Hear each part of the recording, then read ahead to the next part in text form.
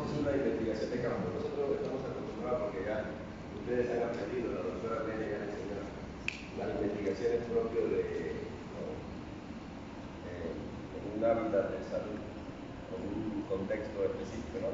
Ya, como hemos visto, las enfermedades no se quedan en un solo lugar a veces, por eso hay endemias, epidemias, pandemias. Entonces, a veces necesitamos hacer estudios de otro tipo que nos sacan de ir al hospital y pedir un permiso al comité de ética, a las autoridades para que nos dejen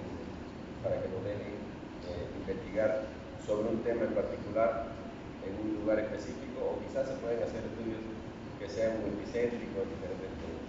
Esta investigación de campo es una investigación que se realiza dentro del entorno natural o del entorno social, donde ocurren los fenómenos que se desean. En realidad, ya no es específicamente donde usted lo escoja, sino donde ocurre el evento. Entonces, esta investigación se basa principalmente en la observación. Cuando conversamos en las primeras clases de que no hay ninguna etapa de la investigación ni ningún paso que se llame observación, ¿no? La observación en investigación y en medicina es mucho más que ver, ¿no? Es observar de manera íntegra todo un proceso clínico, ¿no? Cuando usted le pregunté cuál es la primera etapa del método científico, no es la observación, porque en realidad la observación se ve en todo. La primera etapa del método científico habíamos quedado que es la identificación del problema, ¿no? Entonces, se basa primero en la observación de todo lo que ocurre, es decir, no solo mirar, sino ver todas las tendencias, las variantes, todo lo que ocurre en un medio específico, y nos permite posteriormente a eso recopilar o recolectar los datos específicos acerca de lo que vamos a investigar, pero en su contexto real. Si nosotros tenemos un problema en Aguaitía, pues allí le ponemos la información, ¿ya? Entonces, ese es de manera general el contexto. ¿Cuándo nosotros vamos a investigar, no? Esa es siempre la pregunta que nosotros nos debemos hacer cuando nos queremos creer investigadores, ¿no? ¿Cuándo nosotros vamos a investigar? En primer lugar, tiene que haber un evento, tiene que haber un cambio, tiene que haber una enfermedad. Cuando esa enfermedad es prioritaria. Hay enfermedades, tienes diarrea, a lo mejor eso no es importante, pero si es, por ejemplo, COVID, sí. O si es una enfermedad prioritaria que ocurre en un momento específico, cuando excede su ocurrencia habitual. Por eso, cuando nosotros observamos, lo primero que tenemos que tener en cuenta es que se ha roto la regularidad de algo. Si nosotros pasamos todos los días por ejemplo, por este pasadizo central que tiene y no pasa nada, todo bien. Pero si de momento usted dice, vamos a cambiar el estacionamiento de las motos, de aquí donde ustedes estacionan, que yo no estoy, que nadie más se puede estacionar, usted dice, bueno, me voy a estacionar en otro lugar. ¿Por qué? Porque todo está tranquilo. Antes yo me estacionaba acá, ahorita ya no me puedo estacionar porque está lleno. Entonces yo he optado por estacionar un poquito más allá, que han abierto los estacionamientos así. Pero si me entero que se ha quemado una moto, y como se ha quemado hoy, ya es algo que pasó anormal. Entonces ya yo lo pienso para estacionarme allí, ¿no? Entonces, eso es importante. Ha variado. Todo el mundo aquí tiene fiebre, pero todo el mundo aquí está bien, pero empiezan a tener este grupo fiebre y diarrea a todo el mundo. Entonces buscamos a Natalia, que es la que vende empanadas, y ya sabemos que hay algo, ¿no? Ese sería cuando hay una fuente común. Recuerden el evento que les dije de la torta del Día de las Madres. ¿Sí? Repartieron tortas, todo el mundo se fue. Y había aparentemente una fuente común en todo ese proceso. Cuando hay variaciones en relación con la historia natural o con lo habitual que tiene una enfermedad, y se encuentra como algo que tiene una celeridad mayor. En el momento, como pasó en COVID, miles de muertos. Ya eso no es una gripe normal, porque en la gripe todo el mundo todo paracetamol y queda ahí, ¿no? Pero cuando cambia la severidad también, que vemos más mortalidad, más hospitalizaciones, más pacientes que pasan a consulta, también, ¿no? Cuando es nueva emergente, como bueno, como ocurrió en la COVID, y tiene algunos aspectos que son importantes y en los cuales se basa la investigación de cáncer. ¿Ya? Como les decía, es aplicar directamente todos los métodos epidemiológicos de investigación y tiene un propósito importante o un propósito central, que es identificar las posibles causas o factores asociados a eventos de salud y todo lo que se relaciona para poderlos resolver, ¿no? Entonces, tiene un enfoque operativo.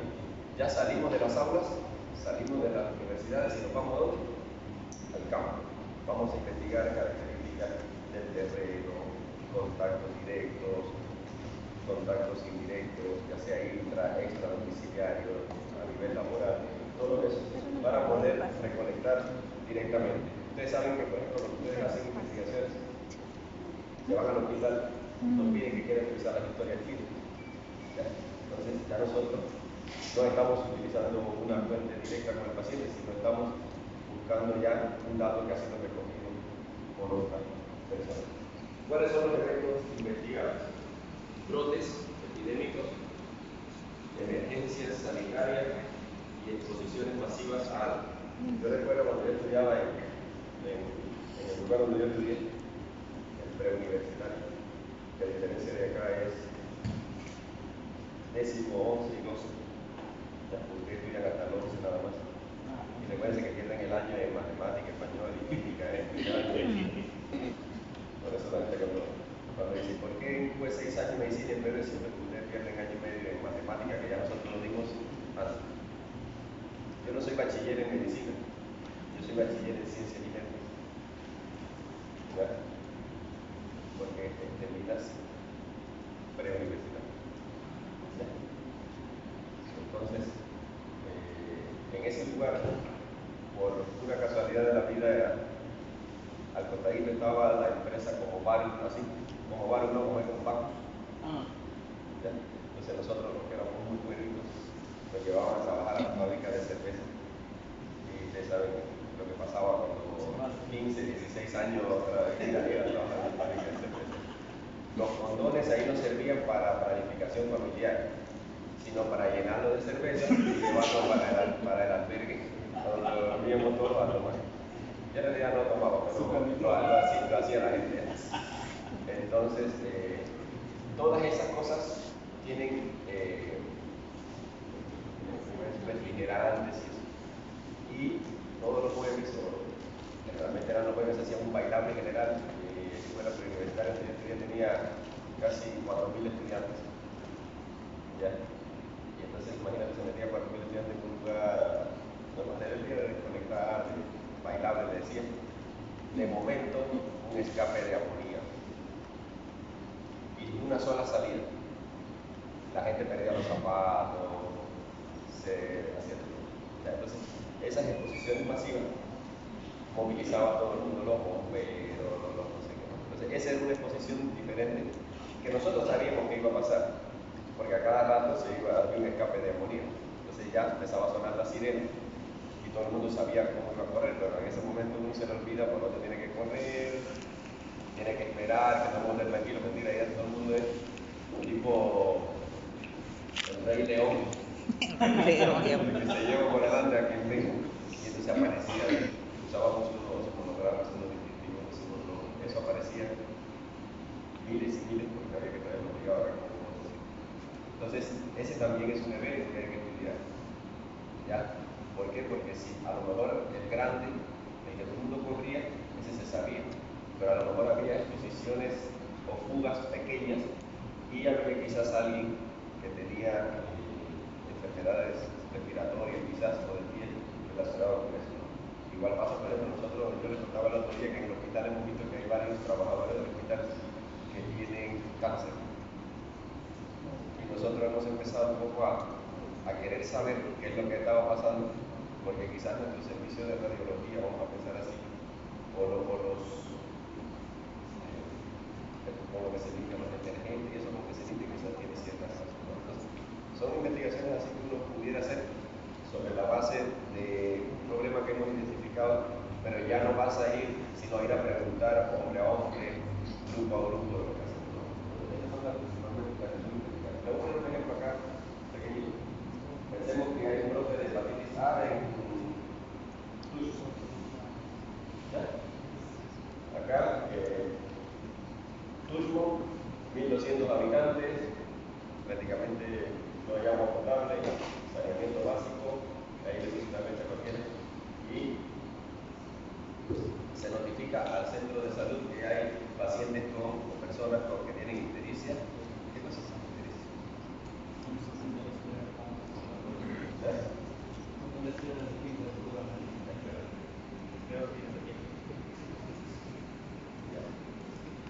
Entonces, el paciente con ictericia, porque como casi como muchas, ¿cuál es el diagnóstico diferencial de la ictericia?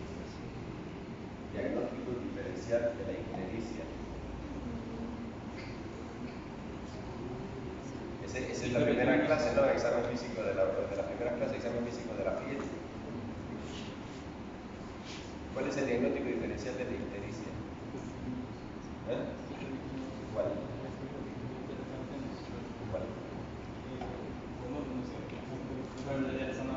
Crico. Entonces cuando se ponga a comer luz escucho zapallo por ahí, pero hay diferencias, porque uno tiñe una cosa, por eso el concepto de ictericia es la coloración amarilla de piel, mucosa y líquidos corporales.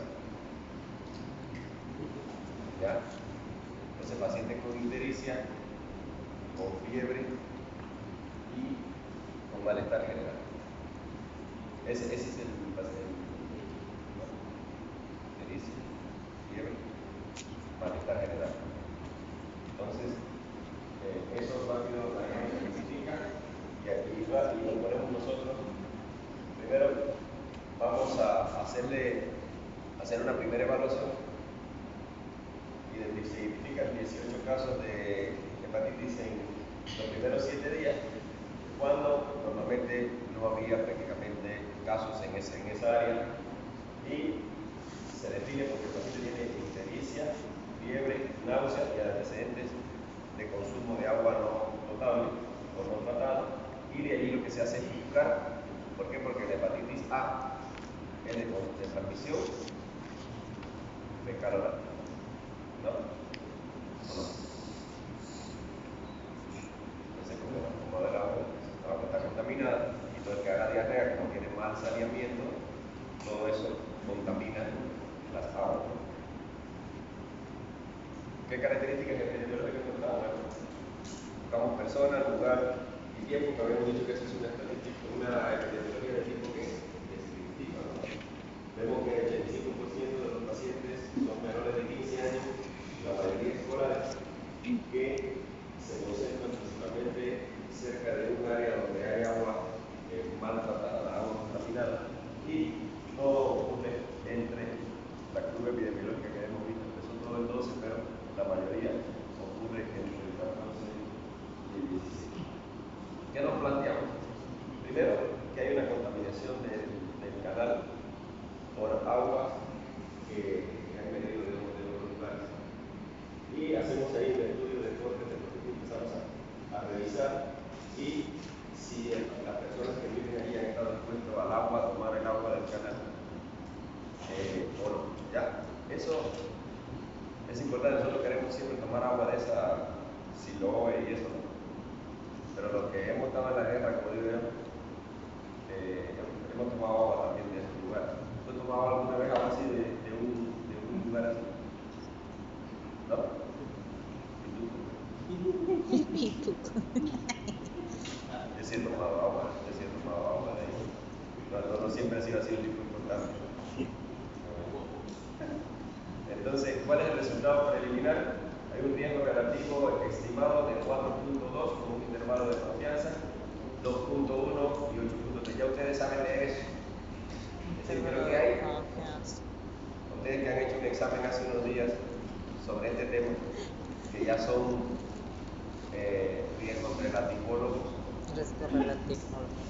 Hay riesgo ¿Por qué? Porque está por encima del 1 y en el intervalo de confianza no se incluye el 1. ¿De acuerdo? ¿Ya? Entonces, esa era la pregunta, la respuesta a una de las preguntas del examen que había por ahí. ¿Ya? Entonces, teniendo todo ese tema, nosotros hacemos acciones. ¿Ya? Primero, hacemos,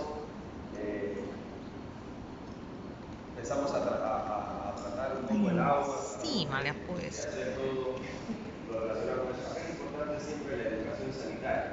¿Qué es lo que es la educación sanitaria? Explicarle a esas personas que no tienen mucha cultura sanitaria de cómo hacer las cosas, porque evidentemente ahí está el riesgo. Usted puede tener un canal, un desagüe, no sé, un lugar donde hay agua, un compartimento donde hay agua estancada, pero usted tiene que enseñarle a la persona que tiene que hervirla o hay que clorarla, hay que tratarla, ¿no? Entonces, evidentemente, eso es lo que está pasando acá, mucho que las personas no saben y consumen lo que tienen. Si tú no tienes agua, vas a consumir lo que sea. Tú estás ahorita trabajando en el medio del campo y no tienes agua, tienes sed, lo peor es que te deshidratas, ¿no? Entonces, el seguimiento tenemos que vigilar activamente por 21 días a esa persona y a todas las personas que están en su entorno que se llama contacto. Entonces, eso es importante porque dicen los que saben de hepatitis que la hepatitis se transmite hasta que empieza la ictericia. Pero hay hepatitis que no son ictéricas, que son hepatitis anictéricas. ¿Ya? Entonces, que lo que da es mucho malestar general. Entonces, hay que tener siempre un poquito de cuidado, porque dentro de las formas clínicas de la hepatitis hay una que se llama inaparente, que no es la anictérica. La anictérica es que no tiene ictericia, pero tiene todo lo otro. En esta es inaparente, pero el tipo más frecuente de hepatitis inaparente es la hepatitis por el virus C, ya que es la que se ve principalmente en los pacientes en hemodiálisis. Y hay comunicación, tenemos que echar todos los análisis. Acá no hemos tratado a nadie con medicamentos, porque generalmente como es una enfermedad viral, solamente nos vas a tratar un poco los síntomas.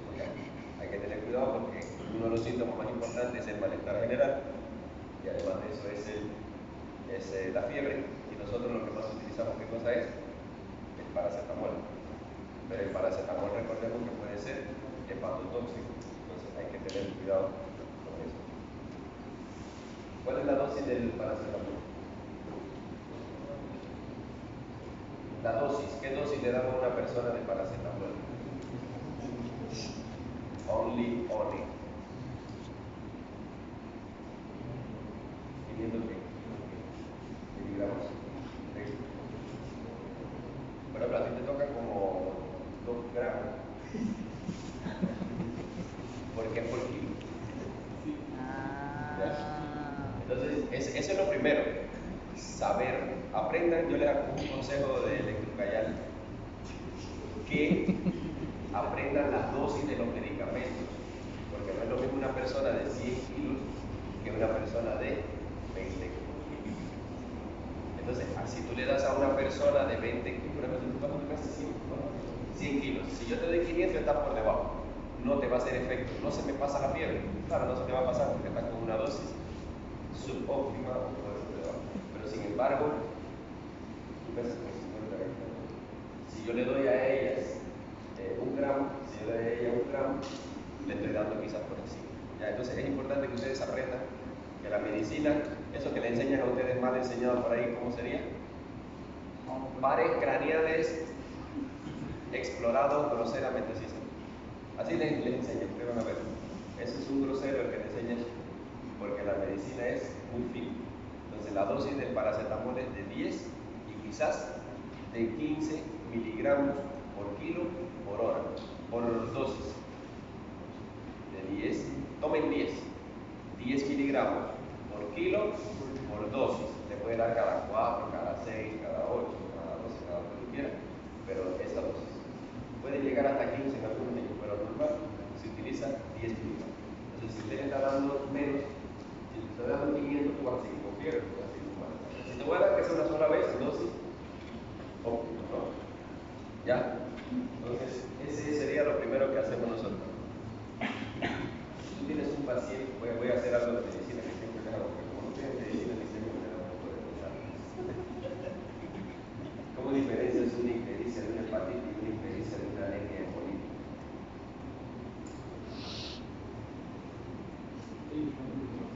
Solo clínicamente. Le voy a dar un punto de más al examen. ¿Cuál es la diferencia entre cómo vas a diferenciar una hepatitis por anemia hemolítica y una una ictericia por anemia hemolítica y una ictericia por hepatitis? Así es la pregunta del examen. Pregunta 1. A ver qué les han enseñado los que le dan clases. La anemia hemolítica Se escribe con H.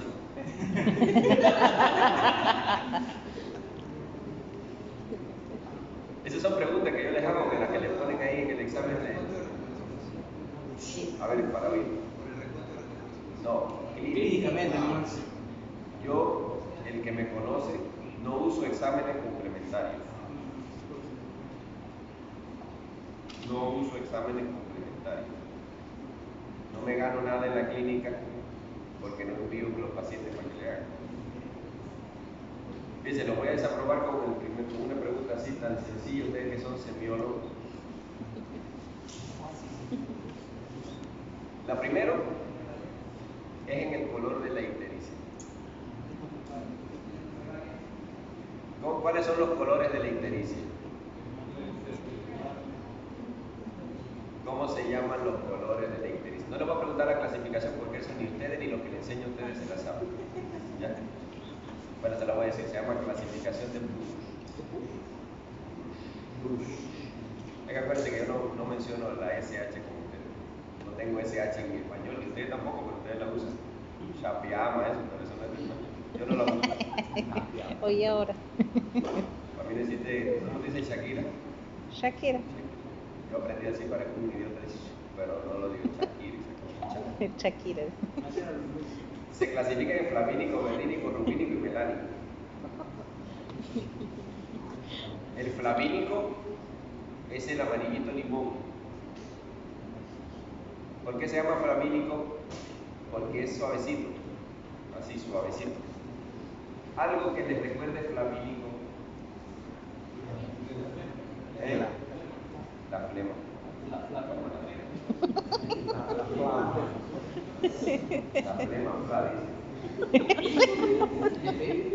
Por la F. Flavínico quiere decir suavecito, delgadito. Por eso el virus del dengue es un flavivirus. No. Flavivirus. Porque el virus del dengue es un flavivirus. Pero en total se llama como arbovirus. ¿Por qué? ¿Por qué se llaman arbovirus? Porque salen de los árboles. Porque son artrópodos borne virus. Virus transmitido por artrópodos. Eso quiere decir, la síntesis quiere decir artrópode borne virus.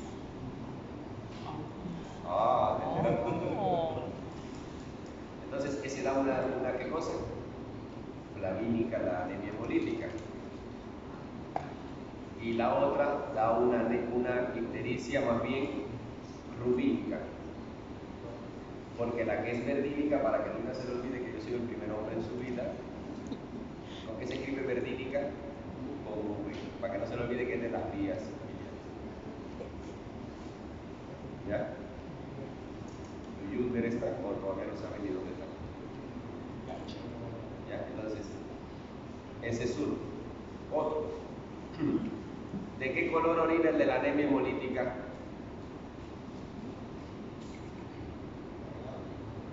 ¿Cargado encima de quién? Se dice así. El de la anemia hemolítica, orina transparente. Y el de la hepatitis, orina oscurito, que se llama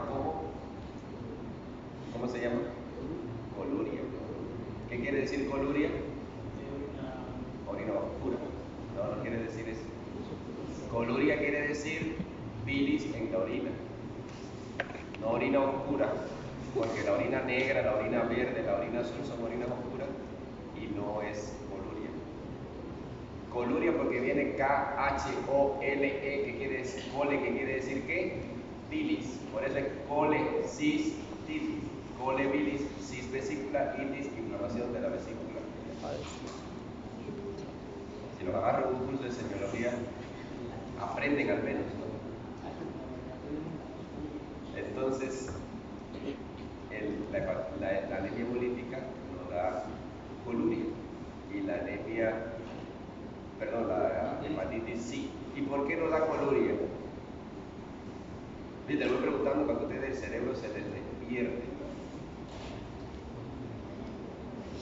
Eso ustedes en la mañana tienen que hacer, levantarse, pararse a la orilla de la cama, saltar para que el cerebro le caiga en la calota craneal. Funciona. ¿Por qué no tiene coluria? Ahora, pregúntense si se saben la fisiología de la bilis. Glóbulos rojos se rompieron en globina, en oxidasa, bilirrubina indirecta, vamos a decir así. Se junta con una muchachita malcriadasa que se llama albúmina, va hasta el hígado, hay dos proteínas, Y y Z, las agarran, las meten glucuroniltransferasa, las cambia a bilirrubina directa o conjugada y de ahí sale. Entonces, ¿por qué no tiene coluria? Porque está unida a la albúmina, la bilirrubina indirecta, y la albúmina no se filtra por el riñón, a no ser que haya un síndrome nefrótico. ¿De qué facilita la semiología? Por eso es. Porque la albúmina pesa 66.000 daltons y tiene una carga negativa. Y para que pase tiene que haber una lesión y que se abra un hueco del tamaño de la capa de ozono. ¿Se entendió? Ya, repaso aparte para que sepan que no saben nada de ictericia. Pero así es como se estudia semiología. ¿Sabe cómo se llama semiología? Propedéutica clínica y fisiopatología. Porque semiología solamente es la recogida de los signos. Pero la parte de semiogénesis, semiodiagnóstico, semiografía, semiotecnia son elementos mucho más difíciles. Dice acá Mauro que en mi título a veces dice que es especialista en medicina interna y semiología. De verdad. Pero soy además soy semiólogo de corazón. ¿Ve que no hay que indicar exámenes? Solamente vamos a indicar exámenes para confirmar lo otro. Listo. ¿Y en qué caso pasaría una hipocolia o una anemia? En cualquiera de los otros. Cualquiera de los dos. Porque el primero, el prehepático, le da pleiocromía fecal. Pleiocromía fecal, que las heces son mucho. La colia es desde hepatocelular para allá. Un día mi maestro me dice, mañana, yo estaba en casi con ustedes, pero no, estaba casi con ustedes, mi maestro me dice, mañana prepárate con ictericia. Ya. Yo vengo y me preparo con ictericia, me preparo para la biblioteca, con la que no había así internet, con mi biblioteca, mi inglés, y el otro día, ya vamos. Yo pensé que iba a ser así con los que estaban en el grupito y me llevó al auditorio del hospital ante más o menos 1.500 personas. De verdad. Desde ese día nunca más me he vuelto a estudiar ictericia. ¿Cómo me la aprendí? Entonces, eso es bonito para la semiología. La semiología es muy bonita. Entonces, ¿qué características tenemos? Primero, como habíamos dicho, tiene que tener una observación directa en su contexto o en su entorno real. Genera a través de la observación y de la entrevista o del tema directo, fuente primaria, puede utilizar varios tipos de metodología, ya sea participativa, no participativa, y hay que adaptarse al contexto. Tú no vas a ir a hablar español fluido o inglés en un lugar donde lo hables, entonces tú tienes que adaptarte un poco a las cosas. ¿Cuáles son los tipos de investigación? Así de manera general, casi son las mismas que hay en el otro, ¿no? Exploratoria, Cuando usted mira la pirámide de investigaciones, abajo está la exploratoria, que es la que yo estoy más o menos queriendo que ustedes mañana, el jueves presenten, ¿no? Van a explorar un conocimiento, lo van a buscar, lo van a explorar y vamos a saber qué es lo que se tiene acerca de eso, ¿no? Así un poquito formular más o menos preguntas. Si estás explorando lo que se sabe o lo que no se sabe, y ahí describes, que es tomarle la foto, explicas, bueno, empiezas a tomar una serie de exámenes, comparas, evalúas y aplicas, ¿no? Entonces hay, primero, exploratoria, descriptiva, explicativa, comparativa, evaluativa y aplicada. Cualquiera de esas tú la puedes aplicar, pero en dependencia de qué, del contexto y del momento en que estés, ¿no? A lo mejor un grupo va a hacer la parte exploratoria, otro va haciendo la descriptiva y así cada uno va teniendo sus etapas. Como les decía, esto es importante porque hemos visto vigilancia epidemiológica en un momento, vigilancia rutinaria, y hay cierta diferencia con las investigaciones de campo. ¿Cuál es la finalidad de la investigación de campo? Responder a eventos específicos y urgentes, habíamos visto, ¿no? ¿Cuándo investigar? Sin embargo, lo otro es un poco vigilar lo que está pasando, un monitoreo general. La temporalidad, esta generalmente, la investigación se hace ante un momento, ante un evento, ante algo que ha ocurrido, y en el caso de la vigilancia sí es continua, es un monitoreo sistemático. En el caso de la investigación, usted tiene primero que hacer todos los pasos específicos para llegar a plantear una hipótesis, validarla. El otro más o menos es describir cómo van, cómo es la tendencia. Tipos de datos, siempre, que no se les olvide, o sea que les salga en el examen, cuáles son los tipos de datos que se recoge en la investigación de campo, primarios, allí, en el terreno, en el campo, y en el otro, bueno, son secundarios y generalmente son los que reporta alguien, ¿no? Y la intervención, medidas inmediatas de control, y bueno, lo otro es más o menos en dependencia de lo que se vaya a hacer. ¿Cuáles son los métodos de investigación de campo? Primero, como les había dicho, la observación de manera macro, ¿no? La observación que hace el investigador, vamos a decir, observa el objeto o el fenómeno que nosotros vamos a decir, observa de manera macro, no es que lo mira, y aquí lo que hace es hacer una evaluación de lo que está buscando para ver cómo ha sido el comportamiento en ese medio y si puede haber un tipo de investigación de cualquier, un tipo de causal o de etiología del tipo. Esto es importante porque la observación, como decía, es el método central para examinar y describir todos los fenómenos. ¿Ya? Es observarlo todo sin que intervengas, ¿no? Por eso los estudios se dividen en observacionales y experimentales. Y hay uno ahí que se han inventado en el intermedio que son cuasi experimentales. Los observacionales pueden ser descriptivos y pueden ser analíticos, ¿no? Entonces, tipos de investigación de campo, uno puede ser una investigación participativa o participante y una no participante. ¿Cómo vemos esto?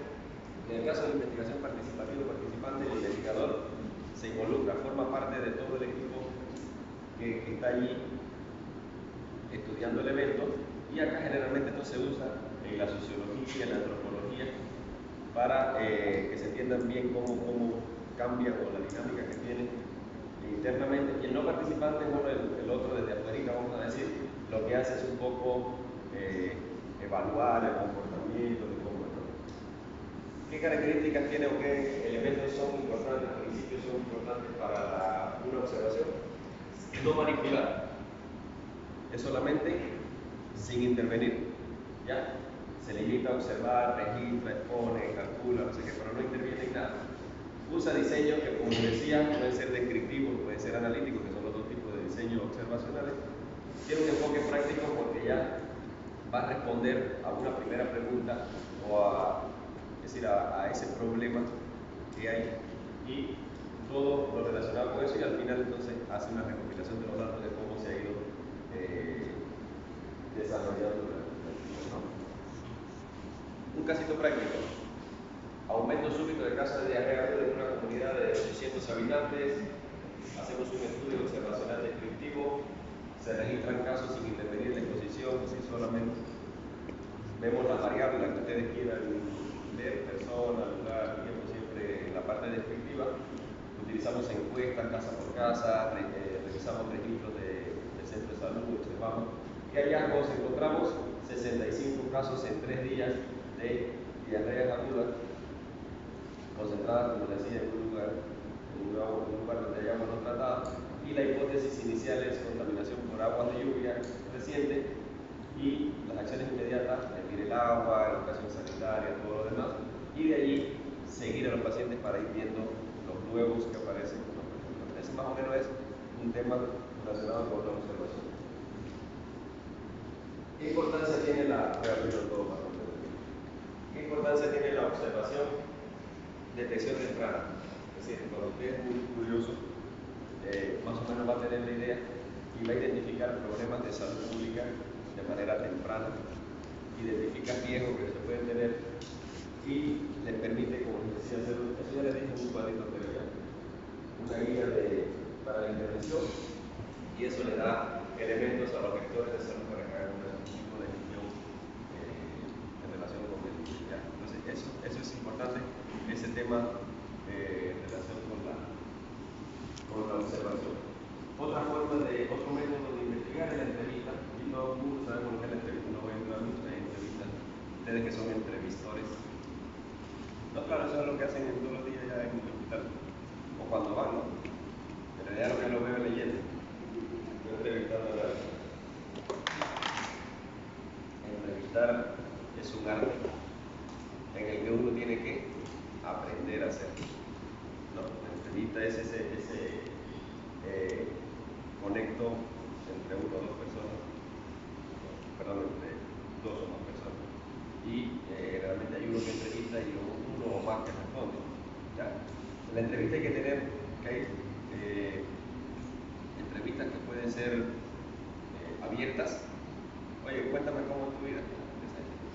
Y otras que son cerradas porque te dicen que edad tienes. Entonces, cuando ustedes nacen en biología, esa supuestamente debe ser la primera clase en el que uno le enseña a entrevistar a un paciente. Recuérdense que el instrumento que más ha revolucionado la medicina es la silla, ¿no? Porque te permite, igual acá, ¿no?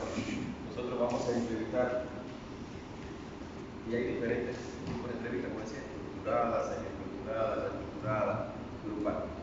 No sé si en algún lugar de su carrera hasta hoy han dado entrevistas, es decir, así como un tema solo para la entrevista. Yo creo que debería. Yo recuerdo que yo di 2 psicologías, una que era psicología general y una psicología médica. Y en psicología general nos enseñaban a entrevistar. Sí, la dieron, pero ni te acuerdas. No, eso lo pusieron en una más. No, pero en la general nos daban. ¿En qué ciclo está?